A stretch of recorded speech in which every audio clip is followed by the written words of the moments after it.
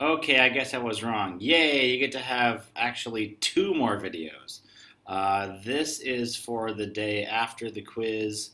We didn't have quite enough time to get through everything slow and carefully enough, so I thought we'd do this just to solidify some of those concepts. And then also, yeah, there's going to be another one after the quiz before review day, which is actually kind of short, but it's the crowning achievement of the year. So there's another thing there. So that's actually there's one more after this too. So no reason to be sad as of last time. Okay.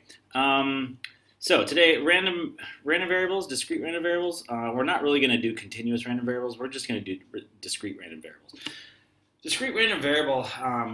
Well, up here it says random variable represents a number from the possible outcomes which could occur from some random experiment. Represents in number form the possible. This is kind of hard to define actually, but it's not that hard once you start seeing examples of it. So I mean you have this in the notes. You can start reading this, but the examples is where it really starts to make sense. Okay, this is what I did in class, and as soon as I did this, people were like, oh, now I get it. Let's make a list of, oh, wait a second. Sorry, with that format, I couldn't reach my pen. So now I can reach my pen. This is, pretend we were going to flip two coins, like this is talking about. But the thing, the quantity we're interested in, that's really what it's about. It's like now we're attaching a quantity to some of the experiments we've done before. We're attaching the quantity that we want to care about. Here is the number of heads we could get after flipping two coins.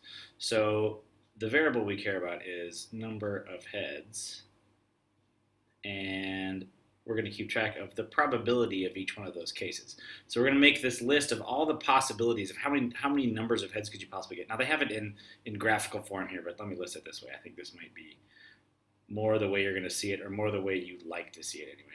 We could, of course, get 0 heads. We could get 1 heads. We can get 2 heads. The way we drew the sample space before was this, as you might remember. When you flip 2 coins, it can turn out this way. Of course, this is 0 heads, this is 2 heads, and these are both 1 heads. And all of these are equally likely. So the probability we're going to get 0 heads is 1 out of 4. The probability we're going to get 1 head is 1 out of 2, because that's 2 out of 4. And the probability we're going to get 2 heads is 1 out of 4. So this is what we call a probability distribution. This is what's called a spike graph. This is called a bar graph or a histogram, depending on the technicality of the publisher. But yeah, it's something that represents that kind of graphically. This is represented numerically. It lists all the possible, so it's a probability distribution. It represents all the possible outcomes you could possibly get for the value, like this quantity we care about after the experiment has happened, and assigns the probability or lists the probability attached to each one of the possible outcomes. For that to be true, for that to be called a valid probability distribution, these things, of course, have to add up to 1. And there's some questions about that later in the homework. These things have to add up to 1, and these things can't have any overlap. These have to be kind of mutually exclusive and exhaustive. They have to be all the separate outcomes that could possibly happen for that random variable, and they have to not have overlap.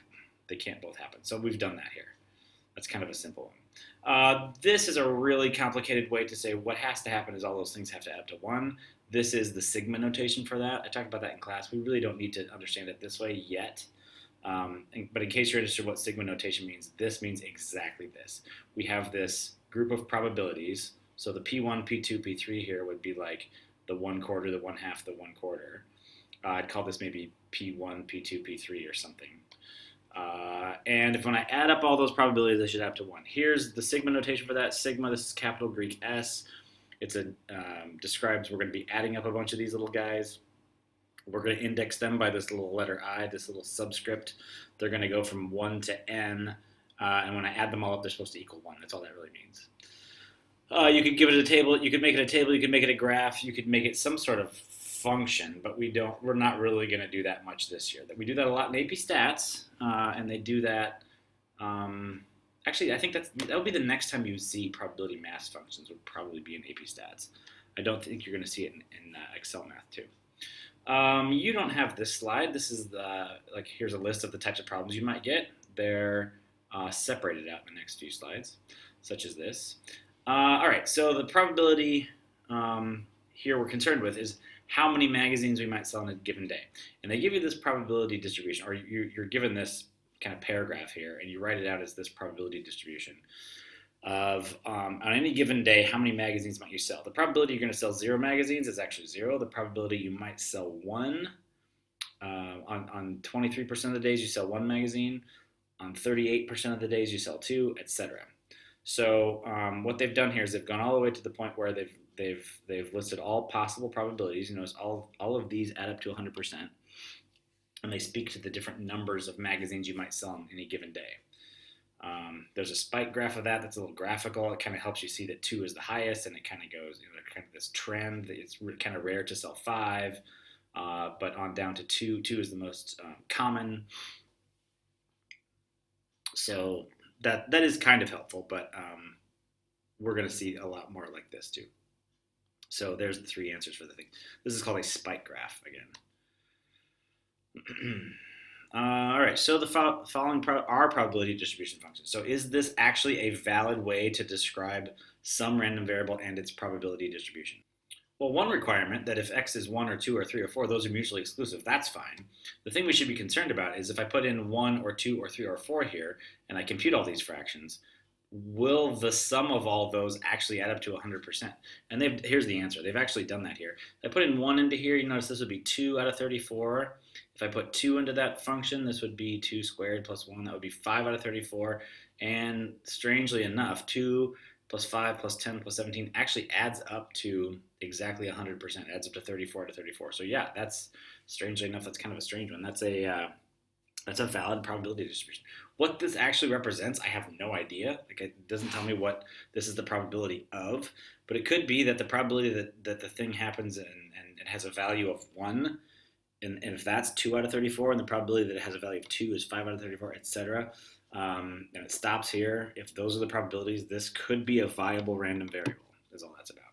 Here's one that looks strangely complicated. By the way, this notation here, this C with the 3 and the X there, that means do this. They're asking you to do this.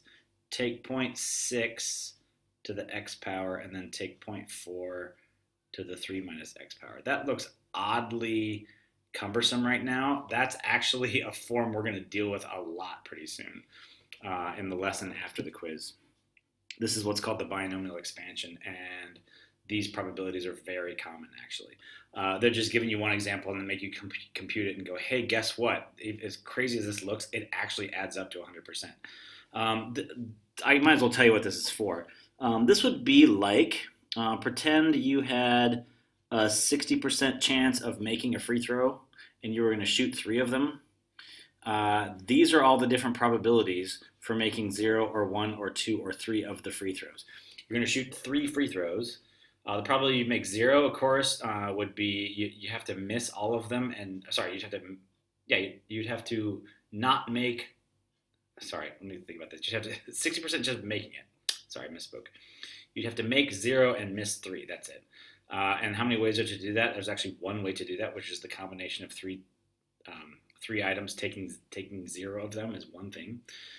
So it's the same thing as 0.4 times 0.4 times 0.4, which is this. If you make all 3 of them, it's kind of the same thing. It's 0.6 times 0.6 times 0.6, which is that. But if you're going to make one of them, you'd have to make 1 and miss 2. How many ways are there to, if you're going to shoot 3, to make 1 and miss 2? Well, it could be, it's 3 choose 1. It could be that you make the first one, or you make the second one, or you make the third one. So there's 3 ways to do that, and this is how that works out. Very similarly, if you're going to miss 1 and make 2, it's the same kind of thing this way. And it turns out that, of course, those should add up to 100%, so they do. This is a preview of what's to come, but it turns out, yeah, this is a valid probability distribution. Here's another one. This should look a lot like something we've already done. If you've got these marbles, this is very much like the quiz. And your random variable you were going to assign to this was how many reds could you possibly get. Well, you could get 0 reds, you could get 1 red, or you could get 2 reds. Let's probably get 0 reds. Well, you kind of group some of these together. It's kind of like the coins, actually. 0 reds has to be this one, which is 2 out of 30. 1 red is those 2 possibilities, which all adds up to 16 out of 30. And 2 reds is that one, which adds up to 12 out of 30. So that's of course, that should add to, this is one way to check this. This should add up to 30 out of 30, and it does. And there's a spike graph if you'd like to see it that way. We are going to take these a little further, but right now it's just about making the graphs. All right, so this looks like a lot, but it's just a bunch of problems on the same page, really. Figure out K, so this is supposed to be a viable distribution. Actually, I have the answers, or I have how to do it in answers on the next page? Maybe later. No, I don't. Sorry. So back to number. Oh no, those are the answers, but you don't see the problem. Okay, I'll go back to this. So what does k have to be to make this viable? Well, this has to be 20% to make this add up to 100%. What does k have to be here to make this add up to 100%? K 3 6 7. Really? 3 4 5 6 7. So all this adds up to 7k. 7k has to equal 100%. Let's look at the answer. It's kind of a pain, I bet. Yeah, each one is 1/7. Oh, B right there. K is 1/7. Yep. So K is 1/7. So this is 1/7, 2/7, 3/7, 1/7 because that has to add to 100%. Probabilities of Jason scoring home runs in each game during a baseball career are given this way. So there's this percent he's going to get 4 home runs. There's this percent chance he's going to get 3 home runs, etc. What's first of all, what's P2? P2 is right there. It's 0.1088. So P2 is boom right there. That's easy. What's the value of A? Well, A has to make it because A is, if there's no possible way he can make 5 or more, which I guess we're supposed to assume by this, A has to be the rest of the percentage so that this adds up to 100%. I'm going to cheat. I'm guessing that's 0.5488 just to make it so we have 100% in the table. So that's why that is. What is the value of P1, P2, P3, P4, P5 all added up? What does this mean?